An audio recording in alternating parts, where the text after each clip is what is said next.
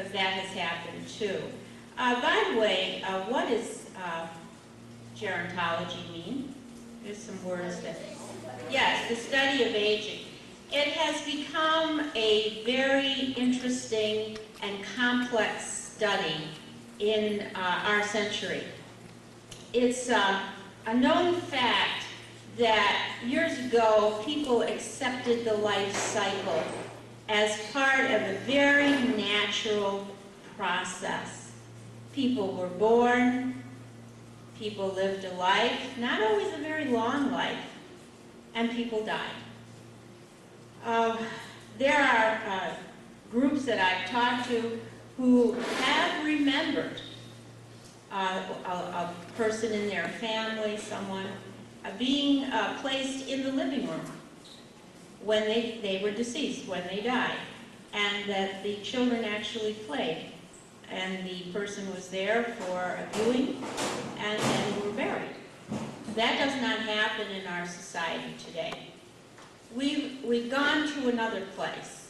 We have reached a place where the death and dying piece has become big business. It is very expensive to die in our society, and we recommend that people make all sorts of arrangements for themselves way in advance of that taking place so that they can leave their loved ones with less of a burden.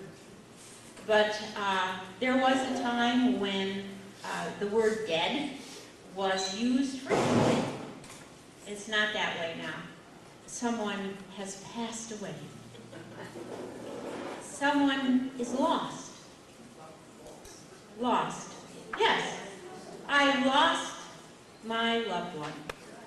No way, they died. It's okay to use the word. That word is an okay word, but not in our society. And that's a very interesting phenomenon. So the whole piece of spirituality and the far end, the death end, is a study in and of itself. Then we have the psychological pieces, the sociological pieces, the economic pieces, the many pieces to the medical piece. All of these pieces are part of the puzzle of growing older.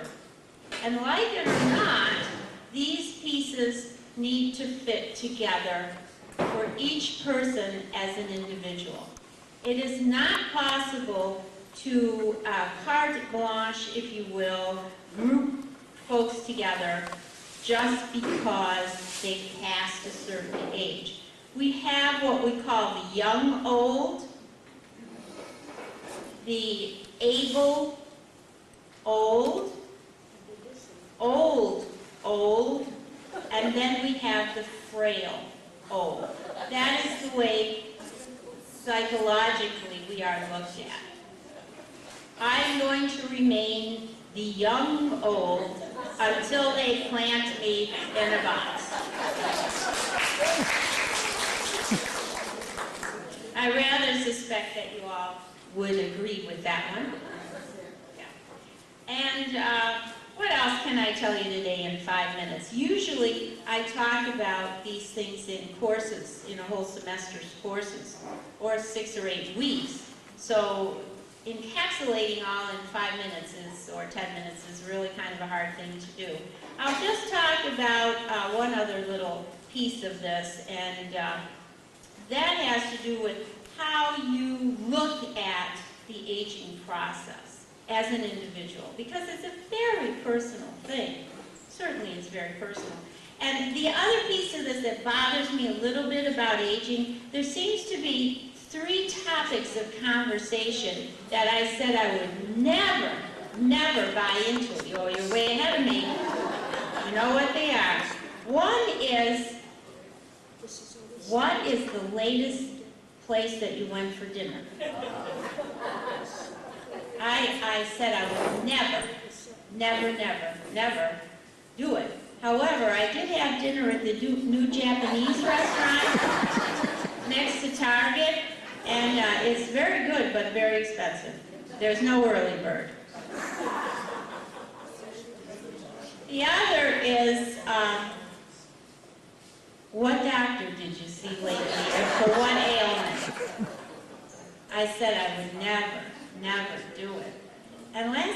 had a 45-minute conversation with my girlfriend talking about this doctor thing. And when I hung up, I just said, oh my God, what have I done? I just talked about my medical problems for almost an hour. Yuck, you know. So that kind of is one of the things. And the other is, oh, there are a few of them, you know, who won at Mahjong? Or, oh, I don't know, what trip did you take last? You know, what cruise have you been on? I've done all of those things, and I've now joined your ranks because I talk about them. I don't remember 20 years ago doing that. So I guess that's part of the elderly